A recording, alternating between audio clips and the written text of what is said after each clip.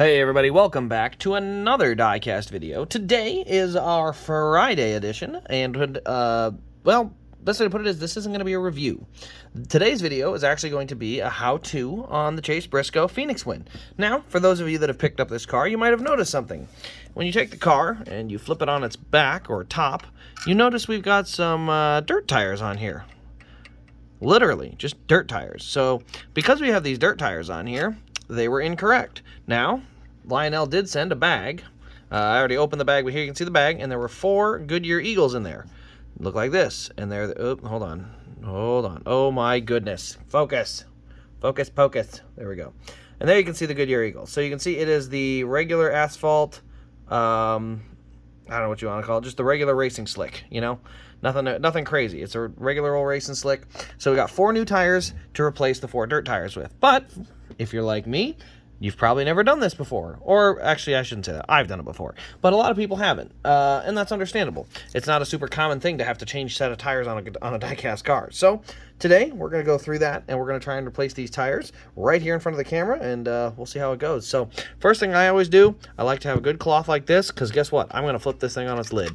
Got to have it upside down so that you can get a hold of these tires, and I don't want to put it on something where I can scratch the roof by not having it protected with a layer of cloth. This happens to be a microfiber rag from older diecast things that they used to come in.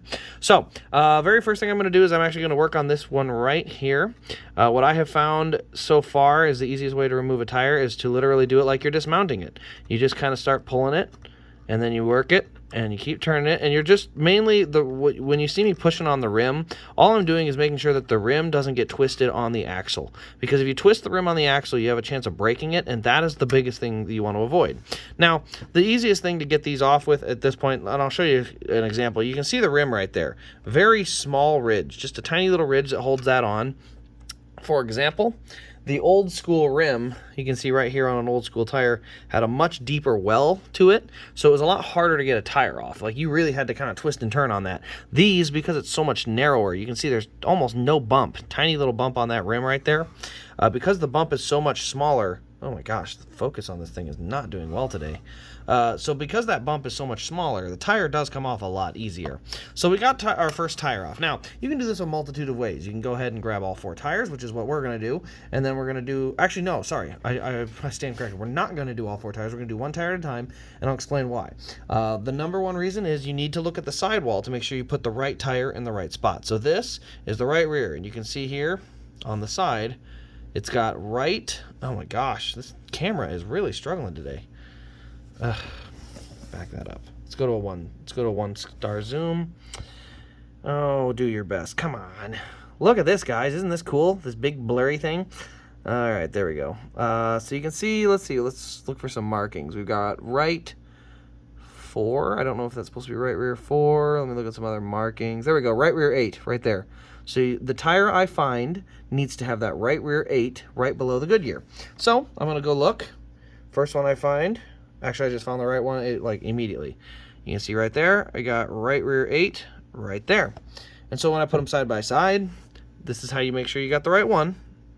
You can see all the markings match. We got AR, we got right rear number 8. We've got the same markings over here. It's a little, I don't want to say skimpy, but it is harder to read on the racing slick for sure. But it does have all the same markings. It's just an issue of the Goodyear lettering not being decaled quite the same on the actual rubber. But you can see it does have right rear number 8 and right rear number 8. So this has the matching markings that you need. And so from here, what I'm going to do is I'm just going to start kind of pushing on it, just like that. And then from here, it's just kind of a slow process of pushing little by little and trying to see if you can get one end to go first. Looks like that end's going to go. Let's see. Try going around to this side. It might be easier to push when I can kind of push on this back side of the rim. And this is where it can get a little bit tricky because sometimes these things don't really want to line up. And so it's almost easier to go at an angle. Let's see what we can do here. There we go. And there you can see I'm kind of going sideways on it. But if you've ever mounted a tire, you know the biggest thing is once you can get it crossed over.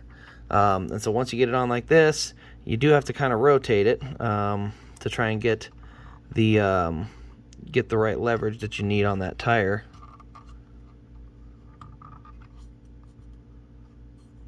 Let's rotate that off. I don't want to bend it. All right, let's see if we can, let's pull that off quick. Yep, that looks straight still. I'm going to do some stretching. So the first thing I'm going to do, I'm noticing I'm struggling a little bit trying to get this on.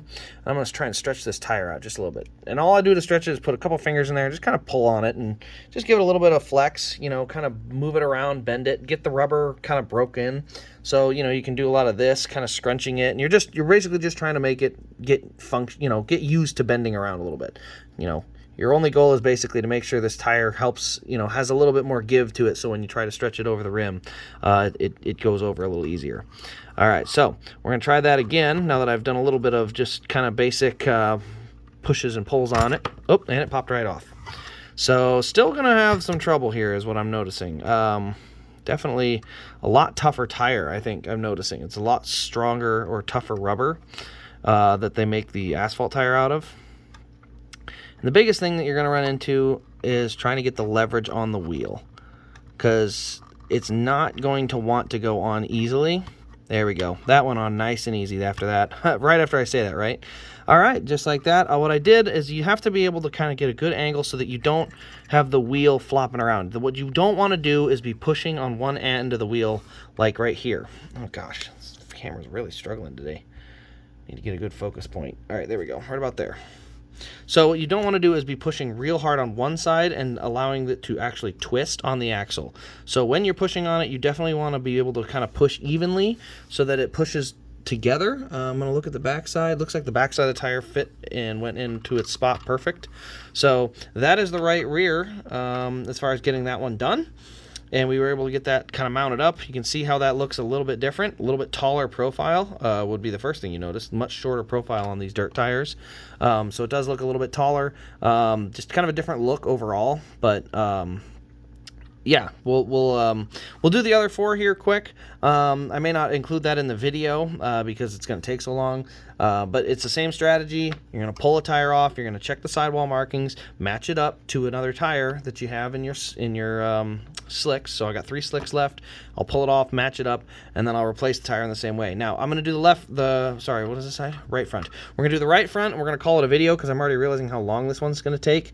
And the other two, being they're the exact same, no real reason for me to make this video, you know, like 25 minutes when I can just make it 12. For your benefit, by the way, not just mine. But all right, so we take the left or the right front out, and we set it here. We're gonna look for a couple markings. We got, let's see, R14 up there, and over here you can see we've got, what does that say? Oh, I can't read it. I think it's right front 8. Yeah, it should be right front 8. 8 set of tires. All right, so let's look here. This is left rear 8. This is right front 8. So let's pull that one back. Looks about the same. Obviously the Goodyear's a little bit brighter, but you can see the markings we've got pretty similar. A little orange dot right above the O. Sorry, here we go. Oh my gosh, I'm trying to get this to focus. There you see. Little orange dot above the O of Goodyear. You can also see we do have right front 8 right up here on this spot, and then this spot here. And then down below, same markings there. So you can see the markings match. So now it's time to just go ahead and put this on. But like I said, I'm going to do a little bit of this, a little bit of crunching, a little bit of just overall get the rubber used to getting bent and moved around. You know, they say it's just like a baseball glove. You got to kind of work it in. Same with the tire. Just kind of get a little movement in it so it's ready to stretch over. You know, you don't want to have it just starting from nothing. Normally with like if you're mounting a real tire, you have some type of like lubricant that helps it slide over the metal. Well, we don't have that, and nor do we want that. We don't want that kind of garbage all over our diecast, you know.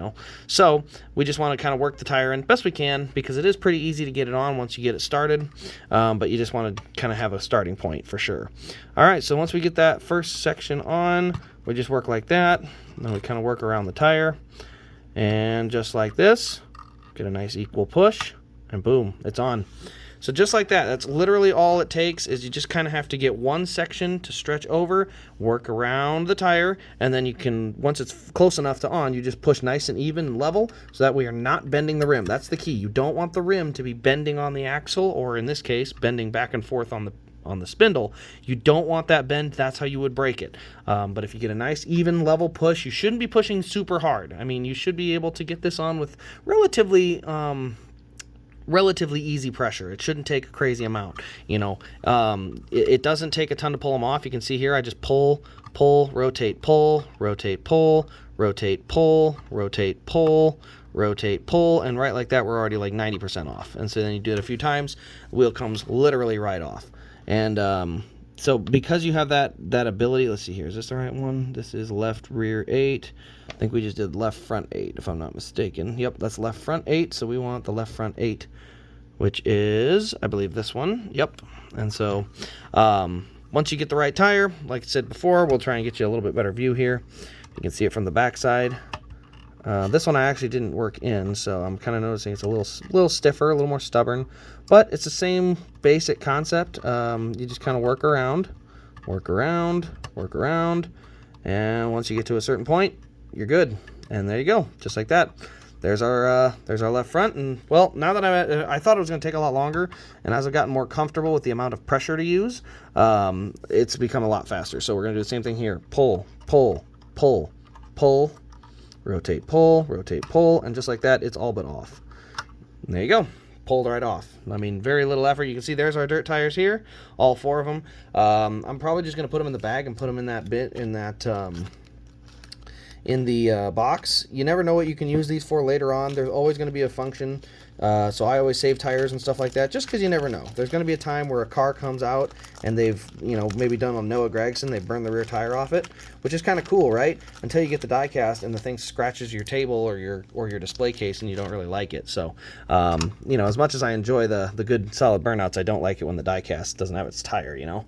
I'd rather take a shredded tire than no tire whatsoever. So, just a hint, Lionel, I'd like some tires on those Gragson cars.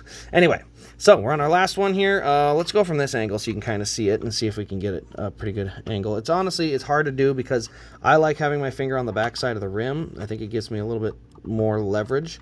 But you know what, we're about good right here. Oh gosh darn it, slid again. There we go. Okay, so there you go. You can see it. We've got it kind of half marked over.